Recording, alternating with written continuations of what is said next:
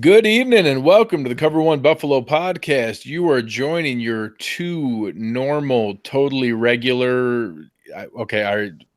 We're co-hosts. I don't know how you want to Yeah, we're not describe us. normal. Welcome I'm definitely back. not regular. We were just talking about that up there. Yeah. Welcome back, Aaron. We missed you greatly. I had to deal with Nate Geary the entire show. Yeah, that sucks. Honestly, I was gonna say, poor you, but it stinks. He's a terrible dude. He has the worst takes. He's got a whiny voice. I don't like anything about him. So I'm glad I missed that one. No, I love Nate Geary. He's an all right guy. Good Twitter follow. But yeah, no, I was out. I'm actually, guys, for the four people that actually like me and want to follow me, I'm not going to be on for the next couple of weeks. I got some vacation stuff coming up, so you're going to be holding down the fort here, man. The nerve! I've got some good people lined up that are gonna, try their darndest to fill your substantial shoes. Super easy. No. I hope you enjoy some well-deserved time with the family to decompress and then come back roaring as we get ready for training camp here. Oh yeah. No, so before we jump into the fun for tonight, just a quick reminder, everybody go out there, check out everything we have going on at cover1.net. A lot of really exciting things happening with as we get ready. Eric doesn't even know what a timeout or break means. The man breaks down film every single day. He's a machine. I don't know for sure that he's human, but it's amazing the things that he's still putting together, going down, just did a couple votes on the next players that he wanted to break down, looking at trying to read the body language and hand signals of the players and how they're reading coverages. And he's crazy. So all kinds of amazing stuff on there. And I know that even though it is the off season, we still have rip-roaring discussions going in the premium Slack channel. So, Aaron, what have you seen going on lately do you think would interest most people? Well, honestly, one of the things, so with my absence from the show, I've also been taking a little time back from Twitter. So I'm really only getting my Bills news right now from Slack channel. And one of the things today, you had mentioned it, kind of Eric doing the Tremaine Edmunds breakdowns in Slack. So I'm not missing anything. I'm seeing the video breakdowns. I'm seeing all the stuff that he's finding. There's some interesting conversations in Slack about some of the stuff out there about Josh Allen's off target percentage and kind of breaking down how they decide what's off target, and us kind of talking about some of those types of stats that maybe are subjective sometimes. And there's groups within Slack that tend to lean towards the analytics, and there's some of us that tend to lean towards the film, and trying to kind of talk it out both sides and kind of find that happy medium. And that to me is the best part of the Cover One premium membership, is Slack channel. And that's multifaceted, the Slack channel, right? Because you have the film room, you have the discussions, and there's just general conversation too with other Bills fans. So it's my place that I can go and not get frustrated like I do on social media with people. I do get frustrated, and we'll have good, passionate arguments. I'm not saying that doesn't exist, but I don't get frustrated. It's a really good type of conversation. Nobody gets really mad at each other. So it's a great group of guys. And like I said, I've been off Twitter now almost a week pretty much, and I haven't missed anything. It's all right there on the Slack channel for me. So if you're sick again in arguments on Twitter with people, come over and join us. I can't lie. It really is a fun environment where you can have healthy, even heated debates, but people remain reasonable and professional, and just don't get personal and nasty like people automatically do, and how people get condescending and snarky online, because that's the new currency, is to see who you can talk down to. And we can get into really heated debates in there, but people still are trying to present a good case and explain why they think the way they do and supporting what they believe on this area or that area. And it's a really good environment to, I think, kind of hone your skills on being able to, see if your takes kind of stand up and how that works. So I really enjoy it, and I think it's been a great environment for me. Yeah, and I think ultimately too is access to Eric, right? That's what all of Cover One's about. We have a lot of great writers, and I think we do a decent job. If I don't know, maybe sometimes doing this podcast we do okay, but we have a lot of good staff. But ultimately, Eric is the brains behind the Cover One operation, and just being able to pick his brain when I see something on Twitter or hear something, or other people picking his brain and then seeing his response. I think that is ultimately the ultimate value outside of all the stuff we just talked about. So if you like Eric's work and you want to be able to learn, that is the environment to do it in. Absolutely. And again, I know that we put out a call here earlier this week for the Ask Cover One hashtag. So thank you guys. We got a lot of really great questions. So we'll get to a couple of those during the show here, but there's one I thought I'd throw to you, Aaron, that would kind of kick it off, that was, I think, really critical to what we want to discuss here. is it unmanly to wear cargo shorts? No, and what? Sorry, was there more? And they tagged our friend Del Reed in the question. No, actually, it's extremely manly. It is a sign of manhood and fatherhood to do that. To wear it, I think right now. I have shorts that don't have cargo pants on them, and I have a lot less stuff. Like if I needed something right now, I don't have it on me because it looks ridiculous in these shorts to carry it around. I have 2 kids, man, and sometimes I've got an infant, so I'll have a bottle on me a lot of times. I slide that in my cargo shorts. Toys, cars, trucks, things like that. Slide those in my cargo shorts. Cargo shorts, they look fine. The style hasn't changed. I don't care what anyone says, but they are also versatile and they make you a more versatile person. So I'm pretty passionate about this, man. I'm pro cargo shorts and I dress my kids in cargo shorts to continue the legacy. I respect it. So I mean, Tim, not hit 65. That's for you. I think that you're not going to get that kind of in-depth, detailed breakdown of the value of cargo shorts anywhere else. Yeah. I mean, they're the most versatile pant. I agree. It's like the fanny pack of shorts. Yeah. Jumping into the topic for tonight, last week we had an awesome discussion on the defensive line, and we kind of tiptoed a little bit into some of the things that would be coming this week. And this week is going to be all about the linebackers. So the Bills are in an interesting position in the linebacker group, and I'd say it's got some similarity to a few other positions that we talked about, that there is a level of uncertainty and who's going to be on the roster and who's going to be in what role, but at different tiers of them. So rattling through who makes up the linebackers of the Bills, I actually think it's one of, if not the most defined starting groups on the roster, because there's no question that the starting middle linebacker is going to be Tremaine Edmunds. The majority of the two linebacker sets, which is the 65 to 70% of our defensive sets, is going to be Tremaine Edmunds and Matt Milano. And then shifting when we do have 3 linebackers on the field, it's going to be Lorenzo Alexander. And having that kind of certainty in Zoe, Milano, and Tremaine Edmunds, I think brings a lot of consistency to that defense, to what they're trying to bring into this next year. And we'll get into it here as we go further. I think there's actually a lot of debate from the very next spot at who you would consider the 4th linebacker per se, all the way down to how many are going to be on the roster. So we've got some good stuff to discuss tonight, but I actually think that our top 3 linebackers are pretty well set, and we'll spend some time going through, what we think the futures are for them. But do you think it's as rock solid as I'm making it out to be? Do you think there's any uncertainty in the roles or the positions that they're going to hold on the starting defense, especially when it comes to the number of snaps and the snap count they're going to play? No, I think the uncertainty lies when you start to peel the layer back about what to expect. That's the only real uncertainty. But as far as the uncertainty of who's going to start, I think out of all the positions outside of quarterback, that it's probably the biggest lock across the board of who's going to start. Quarterback and safety, right? We know who the safeties are going to be. I think we know the linebackers are be, and then who the quarterback is, and the rest of the positions are for grabs. Who's going to slot in where? But yeah, no, I think you've hit it on the head. Barring any injuries, that's going to be it. And then guys are going to be just struggling to get on the field because they're just not going to have a lot of linebackers out there. Yeah, and I think that let's start this out. I'm going to start with the easiest one to kind of move our way through. I'm going to start with Zoe. Lorenzo Alexander is on this roster for his versatility. Last year, prior to the Matt Milano injury, he actually was a majority defensive lineman. To be honest, he was in there in pass rushing sets, and even in the plays where he technically lined up at linebacker, it was because he was rushing the passer and was in there. And I think that's exactly what they're going to go back to this year, in being able to have him on the field, have him in the locker room, play a majority of special team snaps. He starts a lot of the games, but unless we're playing a team like maybe the Ravens or the Titans where they run a huge amount, I expect there to be several games where maybe he plays 20 or 25 defensive snaps because it's going to be pass rushing, the initial rundowns, but he's there for his versatility, his veteran leadership, and to be the third linebacker as we need it.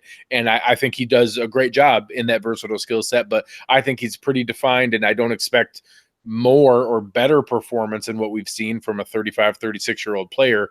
But I expect him to probably come through pretty well in the number of snaps that we see in that pass rushing, versatile, third and long defensive tackle, rushing off the edge guy. Do you think there's anything we haven't seen yet from Zoe, or anything that we need to view as a risk from him? No, I mean, the weird thing about Zoe, man, last year I actually thought he looked more explosive and faster, I think, than I've ever seen him. At times, he still has signs of his age. I think didn't he just win the whatever the heck they call it, like the hard body award for like the best off-season workout or the lowest body fat percentage on the team, possibly? And he did something too with like explosive legs, where it was like him and LaShawn McCoy were the top guy. He was like up there with the running backs and wide receivers as like explosiveness and lower body or something like that. But yeah, no, he's in great shape. So I guess the only thing maybe is we can expect to see more of that. Like, can he continue to get explosive off the edge? Did you guys discuss him as part of the line? We did. We kind of counted him as that, hey, when you're talking about what those roles are, and that, hey, there might be limitations for, what we can expect from different guys. You have to count the fact that we kind of have a built-in third and long pass rush 3 technique, because that's what Zoe basically plays half the snaps. So yeah, he's definitely in that hybrid role, in that he might play 20-25% of the linebacker snaps, 20-25% of the defensive line snaps, a good amount of special team snaps, and that he might be on the field, the most out of any guy after the top, very top players, but it might be cobbling together 3 or 4 different roles. Yeah, and that was my one. I was thinking about what we were going to talk about tonight on this podcast, and thinking about Zoe, and I haven't had a chance to listen to last week's, and so he is that kind of hybrid guy right now for them, and that's great because, as you mentioned, they're primarily going to be out of 2 linebacker sets. Those 2 guys are entrenched as the guys for the future of this defense. I think more so than anybody. I think the defense is going to revolve out how they go, and so this is his farewell tour, and I think they're going to use him where he can as a gadget guy. On the defensive side of the ball. And I think that he'll be productive. I think you'll see some productive play out of Zoe. You'll see some of those wow plays where he just gets off the edge and it's like, holy cow, he still got it. He's going to get to the pass rusher, or he's going to be a good pass rusher and get there and get some sacks. But I don't think we're going to expect to see anything really different from him. He's a consistent guy. I'm just glad that he came back for another year, especially after losing Kyle. We know what McDermott and Bean think of that type of leadership role, and it's priceless, really. So I'm glad that he came back and is still involved in this team, and I think that's going to benefit the other 2 guys we're about to talk about. Absolutely. So I thought he was kind of the easiest one. He's going to be there. I'm going to take the fact that he was such an award-winning off-season workout guy that I think it kind of minimizes the risk of, because your natural reaction is a 36-year-old linebacker, man, you got to be careful counting anything from him. And, it's not like he was an all-pro last year. It's not like he was some, sideline to sideline, Brian Urlacher kind of player. That's not what we're looking for here. And to be honest, when he got put into that every down sideline to sideline coverage role when Milano went down, it did show some of his limitations, and I think the team's aware of that. And I think that we saw that in the draft, and we'll talk about some of the younger players being brought in. But when they can keep it targeted to where his skill set is, what his capability is, I think we can expect that with a pretty reasonable level of certainty. And that short of, simply the inherent risk of being a 36-year-old professional athlete, I don't think there's all that much risk in him dropping off from the performance last year. If he stays healthy, I think we can expect him to be a contributing, strong player with good pass rush and a great presence in the locker room. Yeah, I'm all for it. So that brings us to the exciting part of this, and we're going to spend a fair amount of time talking about the 2 most important players in this position and 2 of the most important guys on the team, and then we'll also talk about the depth and the other guys coming in, but it's really Tremaine Edmunds and Matt Milano. So let's start with Tremaine Edmunds. I know that, a lot of the guys brought in, Market 8 asked a question early on about technique wise, what does Edmunds need to do to get better from year 1 to year 2? And there's some things that Aaron and I are going to talk about tonight that we won't get into the level of detail and film breakdown that Eric has done. So make sure you check out some of the videos that he's done that really gets into that specifics on the technique side of things.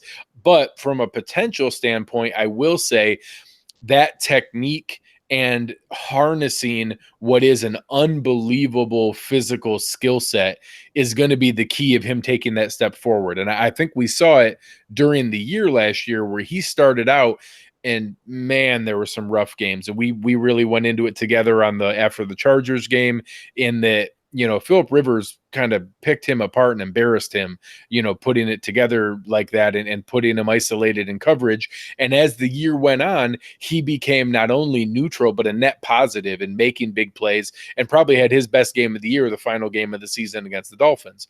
So, what are you looking for most in how are we going to be able to tell if Tremaine Edmunds is ready to take a step forward this year to really harness what could be the best physical skill set of any linebacker in the league?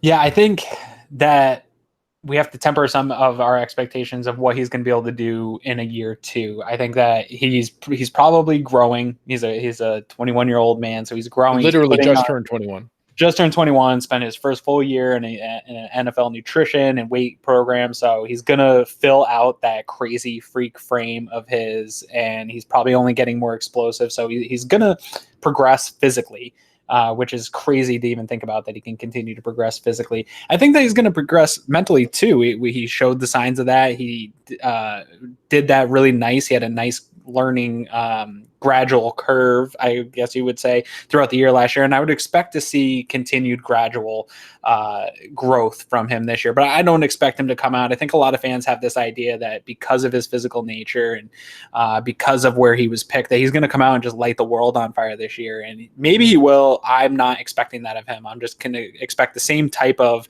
continual growth from him. And if that is all that he produces in year two, then that's a really good sign. It's when a guy comes out and has a regression, that's going to be an issue. But if he plays to the level that he's finished the year on and continues to build on that foundation, I'm super excited and really happy with the progress into year two. I just don't want people to get too far ahead of themselves that he's all of a sudden going to become one of the top linebackers in the league in his second year, playing middle linebacker for the second time going into this year. And the big thing is going to be getting them back together, getting Milano and Edmunds and having Zoe there, and even Taron Johnson, getting everybody, the communication back together. I think that's going to be a big thing for everybody moving forward across this unit. Is they, in his rookie season, go into a new position, he had to adjust to different people being next to him after Milano went down and Taron Johnson went down, and you had a lot of moving parts. And that's hard for a guy in the middle of the defense to have guys that he's not communicating with on a regular basis. So I think that type of consistency could maybe up the progress at that unit if everybody can stay healthy, stay consistent, and they're used to playing with each other and having that communication, because it's key. We talk about it on the offensive line all the time of communication being key, but it's just as key in the middle of the defense because there's so much going on with crossers, blocking scheme, stuff like that. So you have to be on your cues, and it's a lot easier when you're going into battle with guys that you know what they're going to do. Absolutely. I think that continuity from last year to this year, in that, granted, there were 3 games without Milano, but the majority of his season was with Milano next to him, with Trey around him, with Micah and Jordan Poyer behind him, having that continuity around him, and that they didn't ease him in to that last year. He was playing the full middle linebacker role, having to make the calls with the ear in his headset from game one, that I think that's really going to pay dividends this year, that now that things are starting to, as they say, kind of slow down for you mentally. I think that's where we're going to see it, is he getting the calls out quickly, in position, not having to make the last minute adjustments, not having to run back and forth. You saw a couple of the plays last year where Milano was kind of placing him or moving him around, or where Jordan was having to call back out to him to, kind of double check the coverage. I think having a little more, having it be smooth, not noticeable communication challenges, or guys, kind of talking to each other after the play, being frustrated, maybe we avoid some of those or don't see as many of those, and that we'll see more consistent plays. So I think we're always going to see the big explosive plays, just because when you have a guy who's 6'5", 250, ran a 4.5 40 and has the wingspan that he does, his high level highlight plays are always going to be, noticeable. It's going to be avoiding the other plays where he's chasing guys down the field, missing position. So we'll see maybe fewer of those. He's in position more often, setting himself up better and being able to line those things up. So I think the consistency is what I'm going to be looking for and avoiding the negative plays. And then, like you said, being reasonable in what we expect. He's not all of a sudden going to be that amazing all-pro linebacker year 2, or that's not reasonable to expect. Not that it's not possible, but that we can expect continued improvement and continued consistency in setting up the defense and being in a good position. Yeah, and I think that's what really this defense is all about. There are some really high talent level players on this defense that can make big plays, but I think as the unit, it's really about eliminating the mistakes and eliminating the silly things and having to chase guys down and just being on the same page. And I think specifically in McDermott's scheme, if everybody's on the same page and, like you said, has that consistency and, hate to quote Belichick, but does their job, if everybody does their job, that it's going to improve the defense as a whole, which is crazy because it was a great defense last year, even with all the moving parts and rookies and people missing assignments and things like that. So if they can eliminate some of those things with some of the talent that they brought in, I expect big things for the defense. But it's really going to come. I mean, we're going to talk about Milano in a second, but he's not free from this lack of consistency. I know that he was playing at a really high level, Pro Bowl level right before his injury, but he still makes mistakes. He still misses assignments and things like that too. So they both have to get more consistent. I think that the defense really starts there as far as consistency goes and giving up big plays. Absolutely. And I think that it really does come together with how they play off each other. So let's move into Matt Milano. And Matt Milano is, quite different than Tremaine Edmunds in their path here, talking about a guy who was a multi-year starter at Boston College, shifted from safety down to linebacker, came in a little undersized, wasn't an amazing athlete. He was fast, but wasn't off the charts from an athleticism standpoint. And that's the reason he fell to the 5th round, and that we were able to get him that late. And that obviously they were able to see where that skill set came from and what the potential was. But I don't even think it's fair to assume the Bills saw this kind of opportunity and potential with him, because before he got hurt last year, I think it's fair to say he was having the best season of any player on the Bills defense. And that's not the same as, I know you often, reinforce that Trey is our best and most talented player, but I think that Matt Milano was probably having the best season of any player on the Bills defense last year when he got hurt. And that's saying a lot with the talent that we have on this defense. So, what are you most excited about getting him back? Obviously, seeing that he was full go in the mini camp and OTAs already. What are you most excited about getting a player of his potential back here? Yeah, so I agree 100% that their paths were completely different. But what I am most excited about for Milano is I do expect him to take that big step now. I think that we talked about it a little bit with Josh Allen getting hurt mid-season last year and being able to pull him back a little bit and take a look at things from a different light. And Milano was playing fantastic when he went down, but now he's been able to pull back, had that injury, really look at his game, look at the flaws that he does have in his game.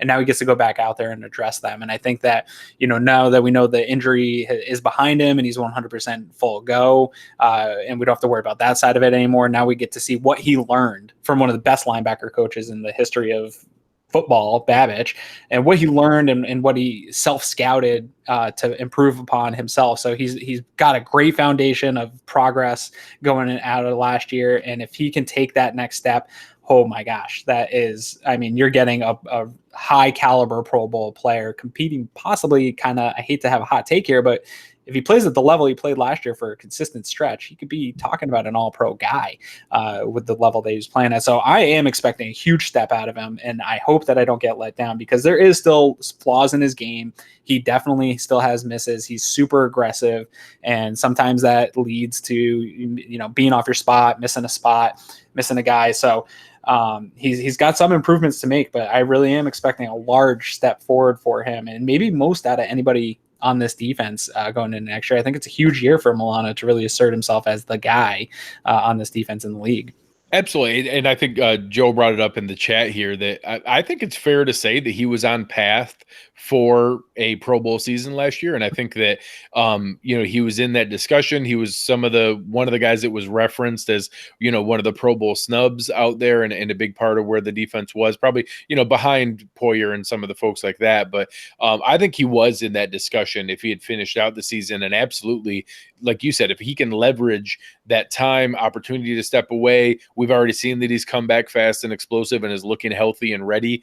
I'm excited to see what he brings forward, and he has the ultimate motivator in the world, in that he's going to be going into his fourth year in his rookie contract next year, and that I think he's going to position himself very similar to what the Bills just did with Jerry Hughes, and that if he has a great season this year, next spring, a full year ahead of his contract coming up, because again, he was a fifth year guy, so he doesn't have that, or he was a fifth round guy, so he doesn't have that fifth year extension option like Trey White does. I think the Bills are going to look to extend him to a pretty healthy contract, and that he could look to get himself a very nice chunk of money. And I don't think something like 4 years, and honestly maybe $40 million, I don't think is out of the question, and that he could be near a $10 million a year player. And that's why they have that kind of money freed up from a cap space standpoint. He's the kind of player that they want to show the locker room that, hey, this is the kind of guy we want to lock up long-term. This is the kind of player and dedication we want to reward. And that this is the kind of model we're building of identifying talented players, regardless of where you get drafted, and bringing you back long-term as a part of this organization. And I'd love to see that reinforced with a guy like him. And we talked about it with Dion, we talked about it with Zay and other guys who are going to come eligible there. And they obviously haven't set up the trajectory that Milano has here. And he still needs to do what you said. He still needs to come through, show that he learned from Babbage, show that he learned from that time off being injured, and is now ready to take a noticeable step forward. But if he does, I think there's a substantial payday in it for him. I think that it's setting up pretty well for him to take that step forward, though, right? We talked about how he finished before his injury, and you got one of the best coaches in NFL history to coach linebackers of all time. And now he's going into the year, and we talked about this with Tremaine Edmunds. If Tremaine Edmunds can continue to develop and not have the inconsistencies that he had, and you specifically mentioned it, of having, Milano having to go in and move Tremaine around a little bit. If he doesn't have to worry about that extra stuff, all that extra noise, and could just play his position and do his job, I think that it sets him up very well to go out there and play fast, and that's what he does best. And I think the thing that impresses me the most about Milano, and this is a conversation and argument that I've been involved in a lot on Twitter about, you can't continue to create turnovers, right? Turnovers are luck. There's no way to prepare for turnovers, but some guys, and we've got a few of them, some guys have a nose for being around the ball. And Matt Milano is one of those guys. When the ball's up in the air or the ball's on the ground, Matt Milano is always around the ball. And a lot of times he comes up with it. Jordan Poyer is another guy. He just seems to always be around the ball on tip balls and things like that. So you do create a little bit of your own luck when it comes to turnovers and stuff. And that is what really, I think, increased his trajectory for being a guy that could be even considered in the Pro Bowl, as he just finds his way around the ball. And I think that if he can continue to do that, man, he can add a really special dynamic to this team. And I love these two young athletic linebackers. This is I think that this is the mold for the modern NFL, and that the Bills got two guys. Some teams have a guy, you know what I mean? They have a athletic freak guy, but we have two really athletic guys that I think are the future of the NFL as far as what the position is going to be. These might not be the guys that are the future, but they are definitely the future prototype for their positions. I agree completely, and it's the modern NFL. It's exactly how I would want a defense to be built in being able to look at how the NFL is going. It's not going anywhere but more and more towards the pass, more and more towards guys who can cover in space, guys who can move. Having players like Matt Milano and Tremaine Edmunds, potentially, no exaggeration, for the next 10 years is exactly how current NFL defenses run. And, we brought this up in the defensive line discussion last week and the overall discussion for the defense. I'm okay if we're in a position where you probably could run the ball down our throat if that's really what you want to try to do. And I'd rather have the athletic, versatile guys who can move around, because I'm going to bet you don't have the discipline to line up with 2 tight ends and a fullback and run it at us 40 times a game, because teams just won't do that nowadays. And that if teams are going to go more and more 55, 60, 65% of the game, the plays with pass, and more with 3 wide receivers on the field, I want to have the versatility that they can't choose to do that. And we'll talk about it with the rookies here coming up. I want that kind of speed and versatility where you don't get to dictate to us that we have to go into dime and can only have 1 linebacker on the field, because we have that Brandon Spikes 2-down thumper that if you get us in no huddle and that you trap him on the field and we have to have him covering somebody, you're screwed. We don't have that guy anymore. We have versatility, we have, speed, we have skill set to be able to go, and to be able to deploy that defense, with some versatility, and that you can't dictate to us how to line up, and that we can put, hell, when we go big nickel, you can bring in Saran Neal, Matt Milano, and Tremaine Edmunds, cover in nickel, and go ahead, try to run the ball. We still have a regular defense basically on the field. That kind of versatility and those kind of options are incredibly dangerous for guys like Leslie Frazier and Sean McDermott. Yeah, and I mean, even though the New England dynasty, I like to think the time is running up on that, but we've seen it for years when you don't have that type of versatility in players, where Tom Brady has thrived off of this, where he's down in the goal line and they are just running plays. They're going no huddle, they're running plays. They're not going to give you a chance to make any switches or anything like that. And they're going to get unathletic linebackers in a bad position one-on-one with somebody, and that is easy picking for a good quarterback. So if you have that ability to stay in your base defense but not be susceptible to what allowing the offense to dictate too much, then that's a benefit for you, like you said, your defensive coordinator and Sean McDermott as a whole. So if they can stay in base and still compete with anything that the offense is bringing, then that's awesome. But the defense has the versatility to get out of that. So that's what these guys give you, is you can stay in that. And I don't think that a team would be able to come down and run the ball down their throat. I think that as a guy like Edmunds puts on weight, he was 20 years old last year. Like, he's only going to continue to get stronger and bigger and possibly even faster. And so I don't know that hypothetical even would work out, as he gains the strength to really just throw guys off of him, use his length and leverage and added strength. I think he's going to become a really good run defender as well. So I don't know that there is anything that these new age linebackers aren't going to be able to do. You don't have to be the big heavy pounder to get in there and stop the run. No, and I think that's what they're building, is that kind of modern defense. And again, I think that the Bills have a lot of comfort in what the front line starting linebackers are. There's no question about that. Nobody's competing to take anyone's job here. Those 3 guys are locked in, and we should feel great about that, in that we have a great veteran leader who's awesome in the locker room. And hell, I hope he changes his mind at the end of the year and comes back for another season after this. But if this is Lorenzo Alexander's last year, which he said publicly that it is, that's great. And I'm going to enjoy it, and we're going to watch him, play another year here. And I hope they keep him around the organization, because he's a great person and a great human that I know you've had a chance to connect with outside of just watching film and been able to interact with him. And that's the kind of guy we want around here. And then long-term, having Tremaine Edmunds and Matt Milano is great. But let's talk a little bit about some of the guys who might be there to replace Zoe next year, or fighting for a roster spot here. And the important part, especially at a position like linebacker, is I think from the 4th guy on, it's almost 50-50 on what's more important: your ability to step in as needed as a linebacker and your ability to contribute on special teams. So I'm going to throw out all the names that we have here. The one for coming back from last year, we have 3 in Julian Stanford, Deion Lacey, and even towards the end of the year, Corey Thompson.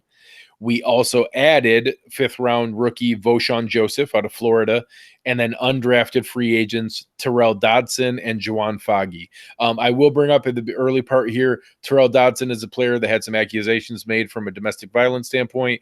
Aaron and I are not going to get into that tonight. Obviously, if those things prove true, he shouldn't be playing professional football, period. They did sign him though, right? Yes, he is still there, and I don't believe there's been a lot of different speculation on the case and some things about money being taken, and there seems to be two sides to the story, as there often is. But we're not going to get into that kind of discussion of whether he's the kind of person we want. We're going to assume that if he's on the roster, he's supposed to be there. But those are the names that are out there. We have 3 that were existing guys: Deion Lacey, Julian Standard, Corey Thompson. 3 new guys: Voshon Joseph, Terrell Dotson, Juwan Foggy. And my guess is those 6 guys are fighting for 3 spots. I think it's pretty likely we go into next year with 6 linebackers, and that, it's going to shake out into who has the ability to play as a backup and who can contribute from a special team standpoint. Yeah, and Nick, I'm going to butcher your last name, Nick Lettieri, I don't know. You're better with names than I am. Says Mo Alexander also. And I've seen him listed as a linebacker. I think from the Bills official, when they first signed him, they listed him as a linebacker. And a lot of other places. He's a linebacker like Centerise Perry is a running back. Yeah, exactly. He's a special teams player. I always say that, like, when I go through and make a roster or like a projected roster, I actually put a little spot at the bottom of it and say that just special teams guys, because I hate lining up Taiwan Jones as a running back or Sonoris Perry as a running back. So he is primarily a special teamer.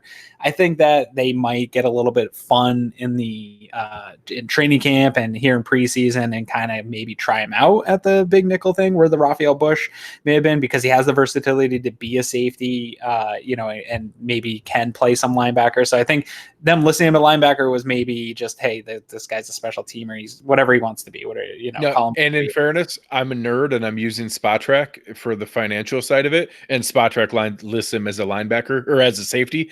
But you're right that the Bills have announced him as a linebacker. Yeah, so maybe he's in there as a linebacker, but It was a good call by Nick bringing that up, because I actually forgot about Mo Alexander until he brought that up. I'm not gonna lie. Sorry, Mo. No, but honestly, that comes into play in that. That's one less spot. Even if we count it as 6, I don't know that turns it into 7. Maybe that does still count as 6 in the way that they do that. And it certainly combines with whether that's one less spot. Next week, we'll get into the secondary. That's whether he's competing for Deion Lacey's spot or Corey Thompson's spot, or he's competing for Dean Marlowe or Saran Neal's 5th safety spot. He's, I think, very likely to make this roster, because I think he was Heath Farwell's handpicked guy to come over and really be the special teams maven that was there. So I do think he's very likely to make this roster, probably more so than maybe everybody except for Voshon Joseph. I think a 5th round pick is very likely to always make the roster. So I think he's probably right there. So if we count him as a linebacker, which, as the Bills said, he is currently listed, we should count that. He's right there and probably jumps even ahead of a Deion Lacey or a Corey Thompson. Yeah, but here's the thing about these guys, right? So I think a lot of fans are really excited about Voshon Joseph. You can go on YouTube and watch some of the highlights, and his highlights are very high. They are highlights. If you don't go into the highlights and you look at just the plays, there's some lowlights too, and he's definitely got a curve coming into the NFL that he's going to have to learn. I think for me, I feel like he's my Sear Neal from this year, but from a bigger school, right? So Sear Neal got me really excited from his highlights last year, but then I had to really pull myself back, and Eric helped pull me back quite a bit and say, this guy's going to have some curve. There's a reason that he was picked where he was. He's not going to come out and blow the world up. He's not going to be the rookie of the year. So pump the brakes there. But the guys in front of Voshon, I don't hate any of these guys. Yeah. They're not fantastic linebackers. They're not guys that I want to see starting for long stretches, but I actually like all of them as depth players and special teamers on this team. And I liked some of the things that I saw from each and every one of them. And I'm talking about Lacey, Sanford, and Thompson. So I think that I think Voshon Joseph, I agree, a 5th round pick is almost pretty much a lock to get on this roster. I think it's going to be a battle, and he is going to have to prove that he's ready to be in the NFL, because there is talented enough guys to roll in, and there's going to be some tough decisions to make, and a good linebacker is going to not end up on this team. No, I think it's a great point. And we have tried to kind of temper people, because exactly like you said, if you only watch Voshon Joseph's highlights, you would have been confused why he wasn't a top 10 pick, because his highlights are unreal. That man is a monster and lays hits that it doesn't look like a guy his build and size should be able to do. He's a good athlete. He's explosive. But if you watch his film breakdown, his film is really poor. And the 80% of plays when he's not making a highlight, some of them are really ugly and really stand out as negative plays where he was out of position, whiffs trying to make the big play all the time. That's a reason that he fell. Now, if you ask me, coming into a position where we have no need for him to play right off the bat, you can let him run down the field like a wild man on special teams. You can freaking handcuff him at the hip of Lorenzo Alexander and say, just follow this man around and do everything that he does. You can't ask for a better position. We don't need him to play a single snap of defense, short of hopefully we're blowing out terrible teams and he gets to play some late. We don't need anything from him. He can just develop and move along. And I think your comparison to Saran Neal is great in that, hey, we find a role here or there for him to play every now and then. He contributes on special teams, but just be in the locker room and hopefully you develop. And that's all we can ask for from him. So I'm excited about the potential of Vosean Joseph. I'm excited that if, again, and I didn't even bring it up in the perfect scenario, having a position coach like Babich, that kind of, special blend there could turn into something 2 and 3 years down the line. I think we really need to temper expectations in year one that I don't expect much, if anything, on the defensive side of the ball from Vosean Joseph. I hope we see a couple fun special teams plays and have him lock up some things down the line. Yeah, I do think he's a guy that you're going to hear about.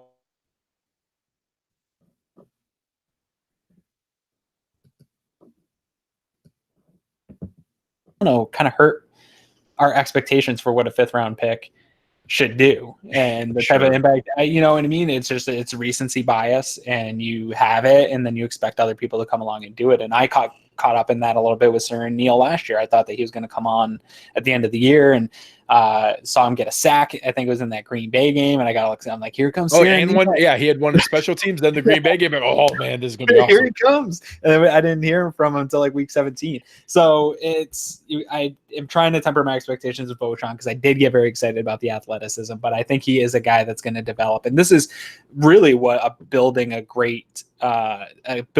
right way and the process is about, is having the talent to win immediately, but drafting and developing the guys, because there's going to be some tough decisions to make. You talked about Matt Milano getting paid. Well, there's going to be 2 safeties coming up to get paid. You're going to have Trey White's going to come up to get paid. There's going to be a lot of this coming up in the next 3 to 4 years. So in order to replenish some of those talent and allow guys to walk away, like you've seen teams like the Patriots do, and even you just name any of the top teams, it's drafting in these mid to late rounds and developing those guys on a 2 to 3 year plan so that in 3 years when contracts are coming up, you know what, we got Vosean and he's ready to come in and fill that role. Everybody doesn't have to come in and immediately contribute, just like they do in your Madden draft. When you draft guys on Madden, they come in and they lead you to the Super Bowl. That isn't really how it works.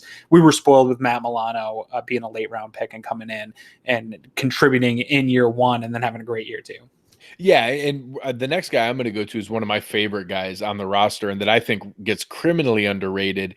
And it's hard because people don't realize the complexity of what positions each of the guys play and maybe confuse the skill set of who can play which linebacker position. And that's Julian Stanford. And Julian Stanford was a lifesaver in the couple games that Tremaine Edmunds got dinged up, in that he could genuinely come in at middle linebacker and play NFL middle linebacker, including that Chicago game where he played 100% of the snaps. He played the majority of that New England game where Edmunds got hurt and came in and did that, plus is a core number 1 special teams guy. And he played close to our most special team snaps on the entire roster last year. And having that kind of role where he can come in and play a great deal there. I really think that Julian Stanford has a much higher probability of making the roster in 2019 than many others do, and that have projected him being cut. And I think some see the number of special team snaps that Deion Lacey played, and I think that's where Mo Alexander comes in. And we'll talk about Deion in a second here, but I think that he puts him at risk more than Julian Stanford, because honestly, if Tremaine Edmunds got dinged up again, I don't think we have another player that can step in at middle linebacker to play there. In my mind, he's the only middle linebacker backup that we have, and that I don't know, maybe. Well, and again, we'll talk about Corey Thompson in a moment here, but I think that he's pretty solid in his spot as, in my mind, the fourth linebacker, and I think he is from a defensive standpoint. He's significantly ahead of where Vosean Joseph's going to be. Plus, he plays special teams. He has a little bit higher contract number. It's at 1.5 million, which is not enough to count as any kind of substantial cap savings to put his contract at risk there. I think Julian Stanford's not a lock, but a very likely spot in this team because he's the most consistent middle linebacker backup. He can play outside linebacker, and he's a great special teams contributor. I think the fans should be more happy to have him on the roster than maybe what some assume. I am going to go a step further than you and say, barring any additions to this team in any way in the next few weeks, I think he is a lock. Yeah. And for all the reasons you mentioned, you have to have somebody that can come in and play middle linebacker because that's a huge catastrophe waiting to happen. If Tremaine Edmunds even gets dinged up for a handful of plays, a few series, you really have to have a guy that can do that. His special teams ability, we saw the importance of special teams last year. It literally lost games.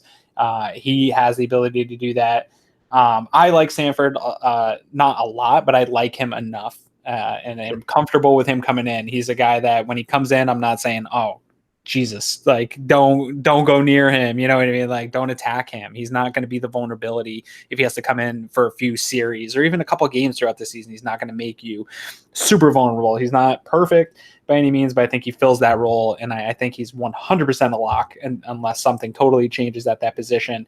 And then it's going to come down with Corey Thompson and Lacey. I think those guys are maybe just a hair back from Stanford, but also good enough players to get you out of a pinch. And that's where I think it's hard for Vosean to get any type of. I think he is going to make this roster, but I think those two guys to beat out those guys is going to be a really fun thing to watch this summer. Yeah, and I think that we've kind of walked our way through here in that we're counting, obviously Zoe, Milano, Edmunds are absolute locks for the obvious reasons. I'm locking up Stanford. I'm saying, yeah, no, I agree. I think that he's very clearly our fourth best linebacker. He's the best on-field linebacker and contributes on special teams. That combination is unbeatable. I think people can argue that Deon Lacey maybe was more important to special teams last year than Stanford, but Stanford's special teams is almost as good, and Stanford's defense is much better. Yes. Deon Lacey barely played any defensive snaps. He was purely a special teams guy. So I agree. Let's count Stanford as a lock as our fourth linebacker. For all intent, for roster purposes, I'm going to count Vosean Joseph as a lock from making the roster. Now, I think it's possible he could make the roster and maybe be one of the 7 guys who's a game day inactive, which Saran Neal had some games last year. I think that he may have to earn his way into being on the active roster, but I think he has too much potential, was too recognizable of a name. Some people talked about him as a 3rd or a 4th round pick. I think that he's too valuable to expose to waivers trying to sneak onto the practice squad. I think that Vosean Joseph is a roster lock for making the 53. And then that brings us to realistically one spot. Let's assume that we're counting Mo Alexander there to be part of that, and that he's on the roster here. And that means that there might not even be one more spot. But if there is one more, it's Deon Lacey versus Corey Thompson. Now, those two guys were very similar. At the end of the year, Corey Thompson did get a little bit of run when Matt Milano got hurt, and mainly that was Zoe filling in for him at linebacker. But Corey Thompson did get a little bit of run. And then Deon Lacey played the most special team snaps on the roster last year, and Thompson played some special team snaps. So Lacey had been around the NFL for a little while. Corey Thompson was one of those older rookies where he got hurt twice at LSU, got a lot of injuries, ended up getting like the weird 6th year eligibility thing, and then came aboard as a undrafted free agent, even though he was technically like I think a top 5-star recruit coming out of high school. So I think some people have held on that maybe there's some athletic potential there that could be harnessed. Do you feel strongly about Thompson or Lacey or any of those remaining guys that you think could make a run at it? Honestly, it's a coin toss. For me over who they bring back, because I do think they're similar, not necessarily similar players, but I think they're similar skill as far as where they're at in their careers, and I'm fine either way. I don't know that as much as I love his name, that Juwan Foggy is going to be anything other than a practice squad potential player. And then Joseph, I just don't know enough about these guys to say that they're going to beat out NFL vets who have been on this roster, proven to these coaches. I don't know that the summer is long enough for them to make that case to eliminate either one of those guys. So I think it's going to be one of those guys is going to be the lock for the last linebacker position. And for me, it's a coin toss. Yeah, no, I think that's fair. And again, I know some people have talked about Terrell Dodson. I know that somebody, I think Bleacher Report put out the best undrafted free agent on each roster, and they actually picked Terrell Dodson over either of the wide receivers or some of our other undrafted free agents. We have a quarterback, though. Yeah, they were very excited about him as well. But honestly, if you want to be serious, that's who these guys are competing against is do we keep a third quarterback? Do we keep a sixth or a seventh wide receiver? Do we keep a fourth tight end, a ninth linebacker? So I think that Deion Lacey, Corey Thompson, and I'll throw Terrell Dodson and Foggy in there. I don't think they realistically have a shot at it. I think it is Corey Thompson or Deion Lacey competing for that spot if they get one.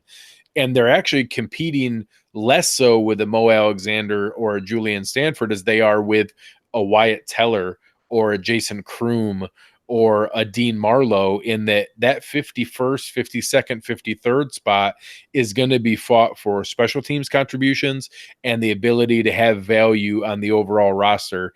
And that, I think that's where that may come in. And there's a possibility that on that first day in September that we show the 53-man roster, it could come down to Lorenzo Alexander, Tremaine Edmunds, Julian Stanford, Voshon Joseph, Voshon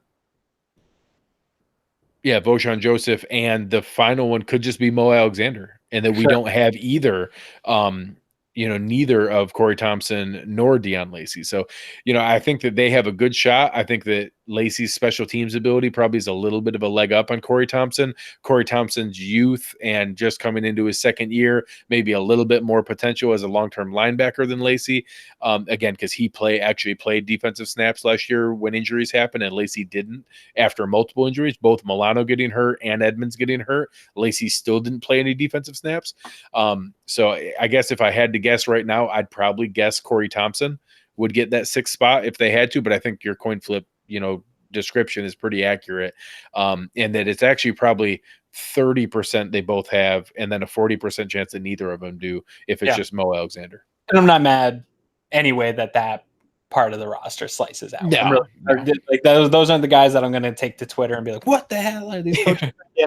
I can't believe they cut Lacey. No, I'm not going to die in any of those hills. I'm super happy with that. I was just thinking that while we're talking and we're going over this position group, and I know we're not done with the defense yet, but can you remember a time when the Buffalo Bills possibly, I'm not saying that it's going to happen or trying to be too much of a homer, but possibly at each position group on the defense could have a Pro Bowl caliber player going into the season? Like they realistically have guys or a guy at each position group that has had seasons that deserve Pro Bowl or are on the trajectory to be Pro Bowl caliber players.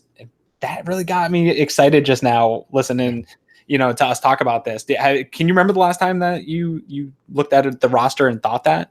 No. And it's awesome to be able to feel that way. And what's even better is I'm not 100% which guys you're talking about. Yeah. How awesome is that it's not even that obvious that, I guess it's probably Jerry on the defensive line. I'm not sure. I probably Milano, but maybe Edmunds at linebacker. And hell, you could throw three names out in the secondary of who the most likely Pro Bowler is between Trey, Poyer, and Hyde.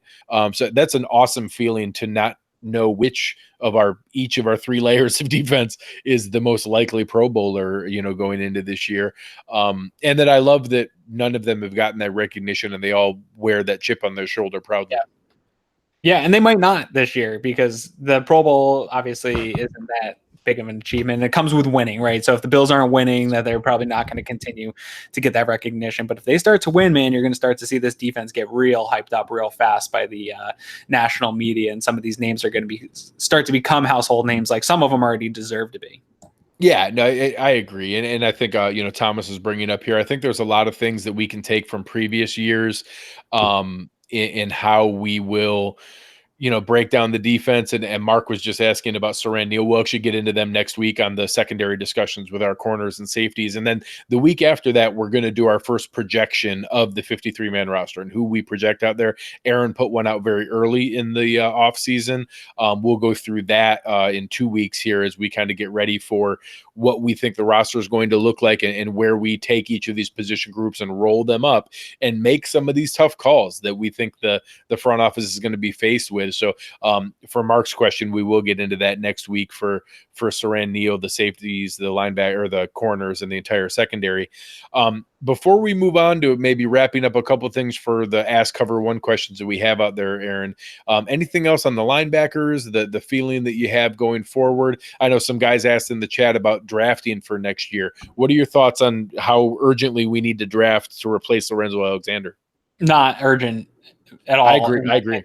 It's just not, they're just not getting the reps to make it like a top priority. This team, even though the holes that they filled were fantastic, they're still going to have a lot of holes going into next year. And next year is going to be the year to really put a team together, especially with your early picks, to really get playmakers that are going to compete to win games. I think that the hot seat starts to happen next year. So I don't think that they do that for a guy that's only going to get 20-something% of the snaps, even though those snaps are valuable snaps and that it gives you the versatility. I don't see it being a top priority. They might bring in another vet guy in free agency to fill that void, or a late round pick, hoping that, they strike gold again in the late rounds, but nothing crazy. And then as far as wrapping up linebackers, I've talked about it a few times on this show, and I just can't stress enough how lucky we are to have Bob Babich as the linebackers coach for this team. I think that I really didn't know a whole lot about Sean McDermott when he got the job.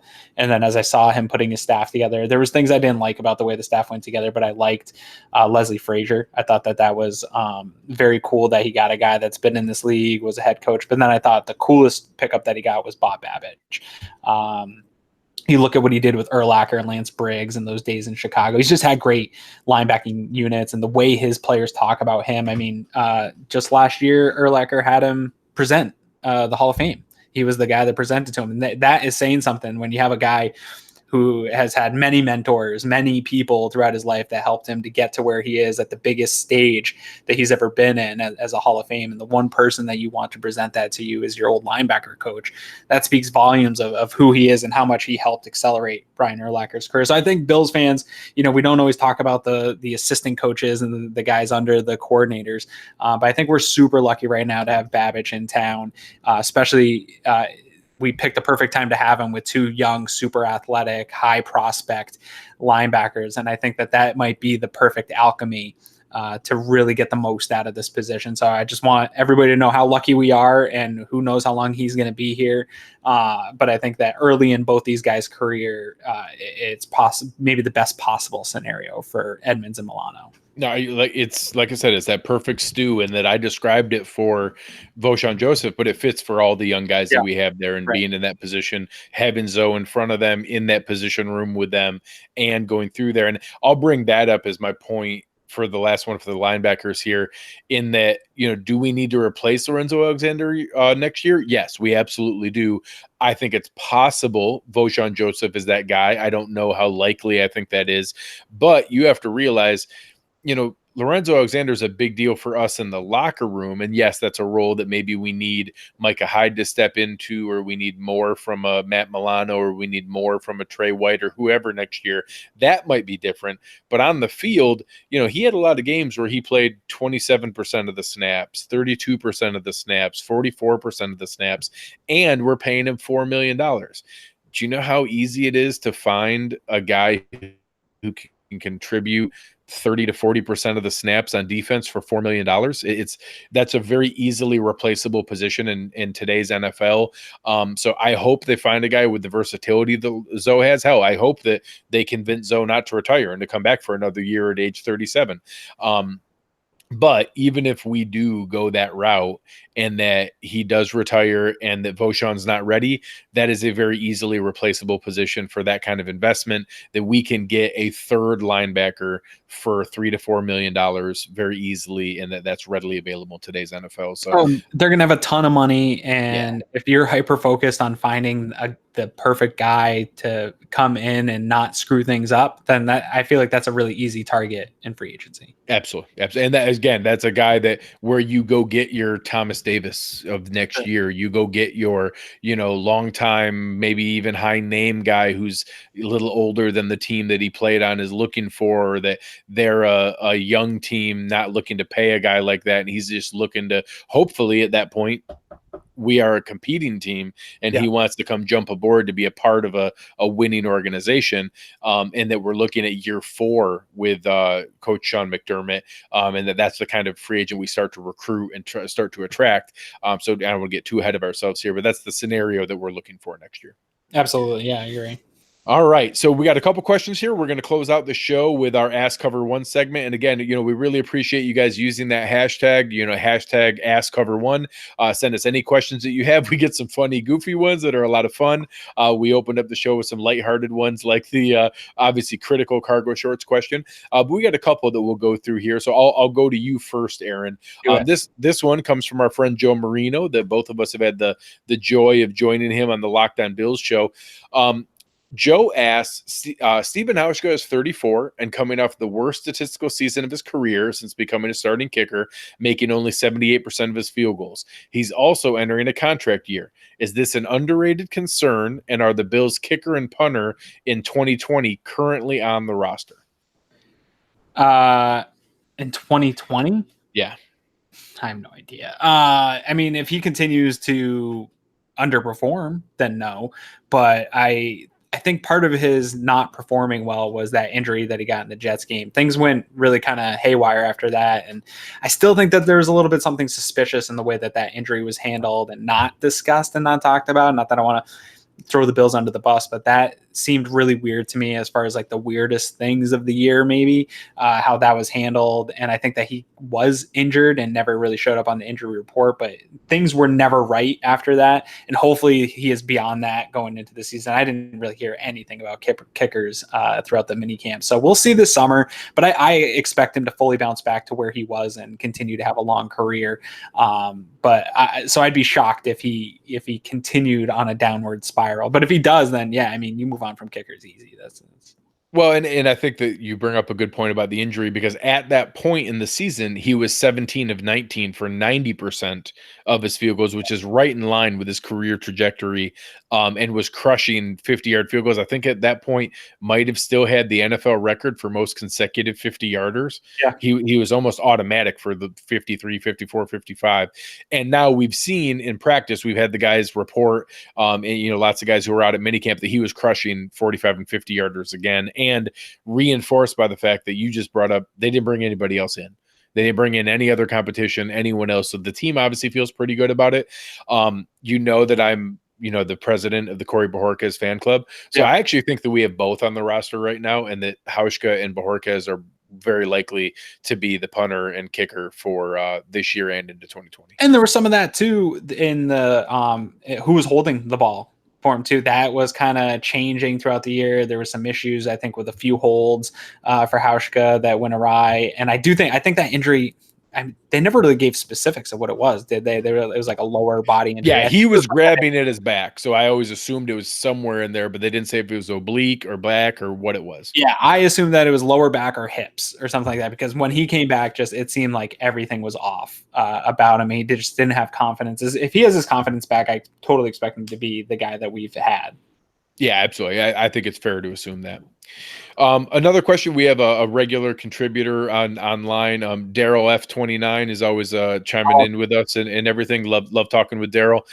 He was asking a running back question here. So fast forward to next offseason. I love running backs. Assuming Shady and Gore are gone and Singletary and Yeldon are the only running backs on the roster, could you see the Bills taking a running back in rounds 1 or 2 of the draft next year? Answer us, Greg. I hate that the answer is yes. I don't want the answer to be yes. It's not how I would build an NFL roster, but next year is supposed to be a historic running back draft class. It's the kind of thing where you could see a really talented guy get pushed down a little bit. I'm hoping that the Bills are drafting in a position where they're not in a top 10 position where you need to really focus on a premium position group. I'd still really prefer that it was the second round and not the first round. But, in all honesty, after this draft and in previous years, this front office has earned my trust. And if they take a guy with a first round pick, or especially with a second round pick, and he's a potential game breaker every down back, I'll support it. So it's not how I like to build rosters or what I would prefer to do with what I think is the most replaceable position in today's NFL. There still is talent there. There still needs to be a threshold of talent to build that in the roster. But I think the answer is yes.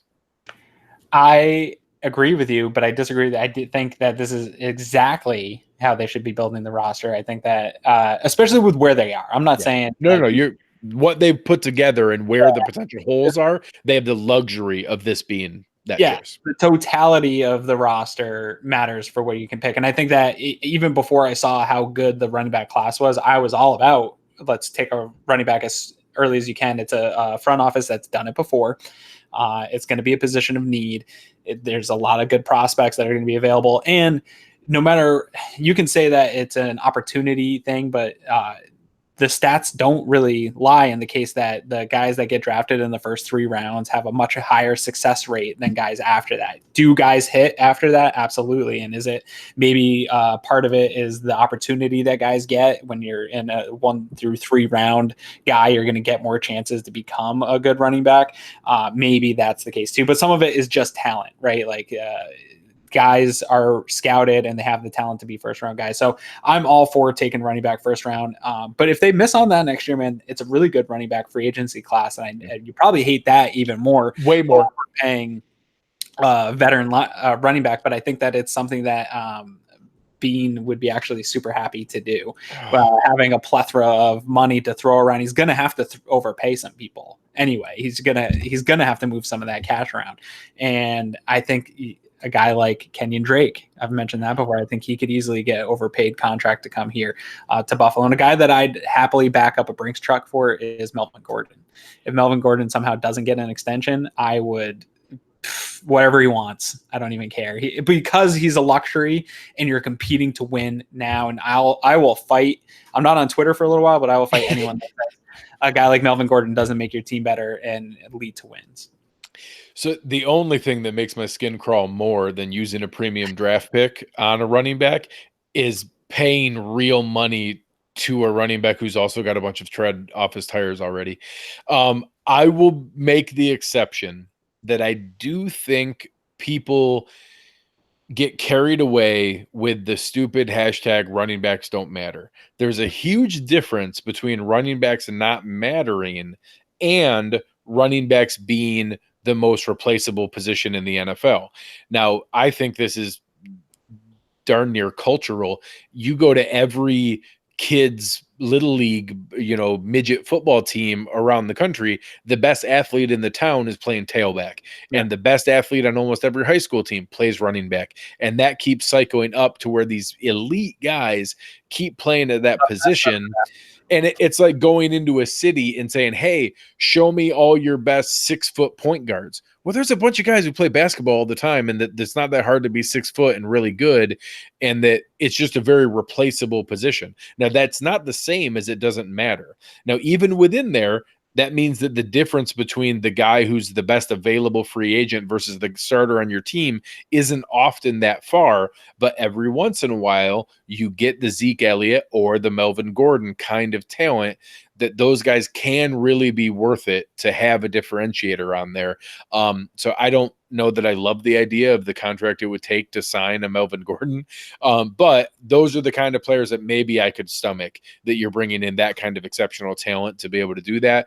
But yeah, I'd prefer not to go down either of those paths. I'd love to take the best second or third round pick, combine him with TJ Yeldon and Devin Singletary, and call it a backfield. Yeah, but we talk about this a lot, that at some point they need to swing on some elite talent, whether that is bringing in the best running back available in the draft or finding the guy in free agency. If it's at a position of need and they have the ability to bring in an elite guy, I'm fine with giving up the assets that they've saved up to do that, because it's a luxury and they've been so what was the word Bean was using as they were judicious. They've been so judicious going into how they've built this roster that in the next couple of years they're really going to be able to afford to go out there and maybe overspend on some things. And I'd be totally fine with it. Look what LaShawn McCoy, I know he's got some haters last year with recency bias, but he's been the most consistent, really only offensive weapon since he arrived in Buffalo, and they definitely overpaid for him. And I don't think anybody cared about that until last year. Now everybody's mad about his contract and doesn't want him on the team anymore. But up until that point, he's been the only level of excitement on this team. And I don't think that he's a guy that is easily replaceable. I think that I agree with you that the position is as a whole, but some guys are special. Yeah. No, I agree. And again, I'd prefer that we draft our first round pick as the replacement for Shaq Lawson next year, sure, and draft a defensive end. But I trust this front office. And if they decide that our best guy is a running back and that's who we can bring in to combine with a Singletary and maybe a Yeldon or whoever's here next year, I think that's a good route to go. So appreciate that question from Daryl. Daryl's always awesome on Twitter, chiming in with us all the time. We'll end on this last question. Again, another guy who always engages with us, Taylor DeGeorge. He asks, what number will Clowney wear when we inevitably trade for him? Well, he can't wear, what is he wearing now? 95? Can't wear 95. Yeah, I think, is he 90? He might be, yeah, he's 90. So because that was my response was I think that he'll be fine to wear number 90 because we're going to trade Shaq Lawson to get him. Yeah. So now, I mean, obviously, reasons came up. Yeah, that's fine. He can just pick out whatever number he chooses because he can just have what he wants. With you taking your little break from Twitter, you may have missed that it came out today that it is not looking good for the Texans to sign a long-term contract with Jadeveon Clowney, and that they've confirmed that they're not going to hire a GM this year, and that they're going to go through with their current infrastructure in place, and that one of the main disagreements that got Brian Gaine fired was a disagreement between him and Bill O'Brien on wanting to sign Jadeveon Clowney long-term. So just a lot of little tidbits that I'm going to guess that Brian Gaine wanted to and Bill O'Brien didn't, since they fired Gaine and they still haven't signed him long term. So I'm guessing the guy who's still there is the guy who didn't want to sign him long term.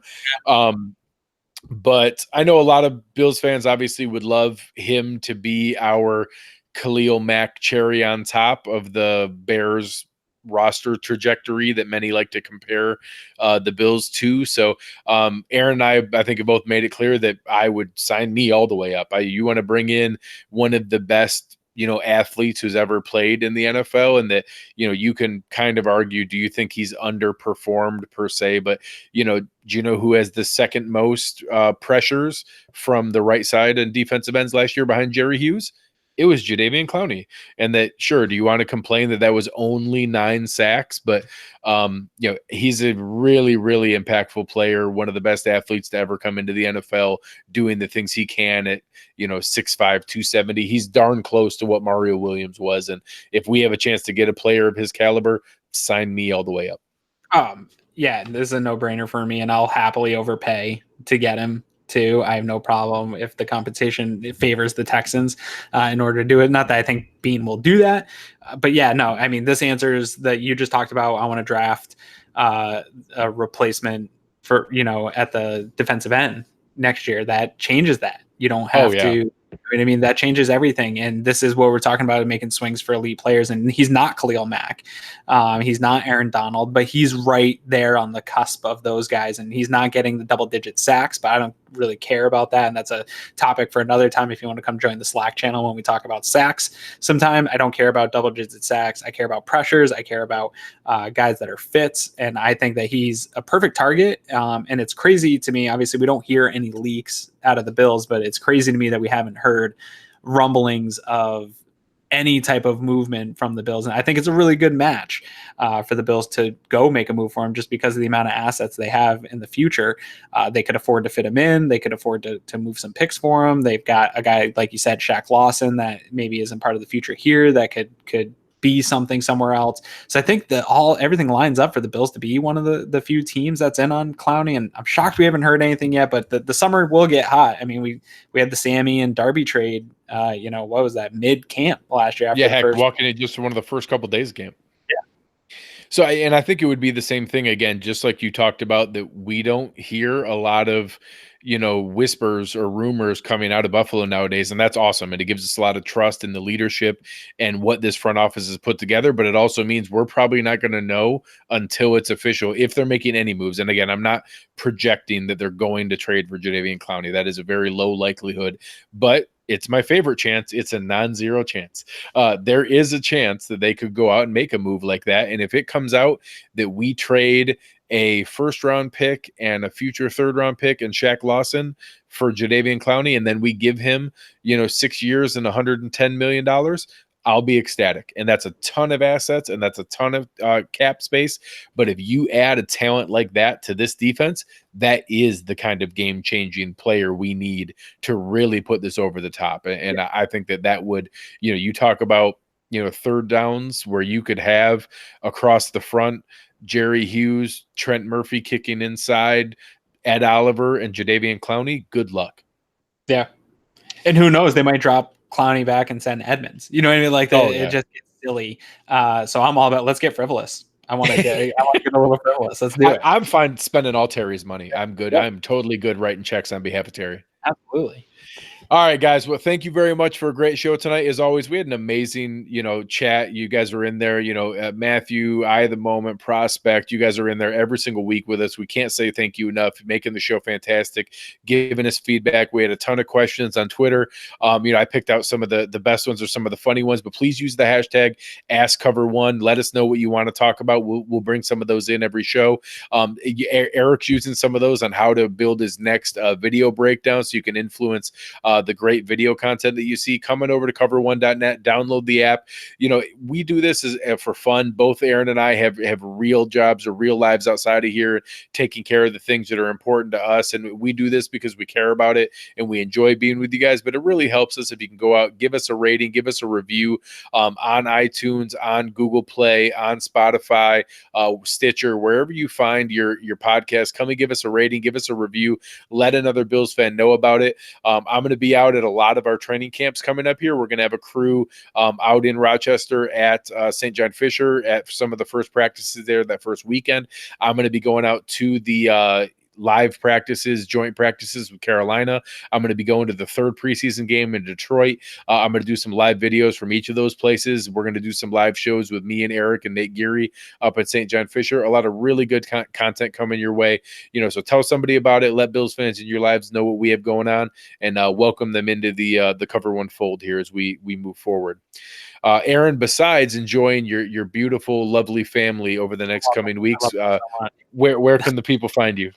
You can't find me anywhere. No, I'm still on Twitter, so you can find me at AaronQuinn716. Like I said, I'm taking a few weeks off. I was getting sick of arguing with everyone. But so primarily, if you really want to find me and engage with me and all my cool hot takes, come over, become a premium member, and discuss in the Slack channel, because that is a place where I'm not ever going to delete it, and I enjoy being a part of it. So come find me there and discuss with me. And then, you're not going to see me on the show for a little bit. I'm taking the rest of the summer off. No, not the whole summer. I'll be back sometime here in August after our family vacation and things like that. So Greg's holding it down. It'll be, and I think Nate will be here. There'll be a lot more hair on the show coming up the rest of the next few weeks. No, it's a little less follically challenged, but we make do with what we got. You guys can find me on Twitter at Greg Thompsett, GregTompsett. Always having fun with fans, going back and forth, and trying to have a good time as we lead up to what's one of the most exciting training camps we've had in a while. So looking forward to being able to interact with everybody, having a good time, and we will talk to you guys soon. With that, we are out.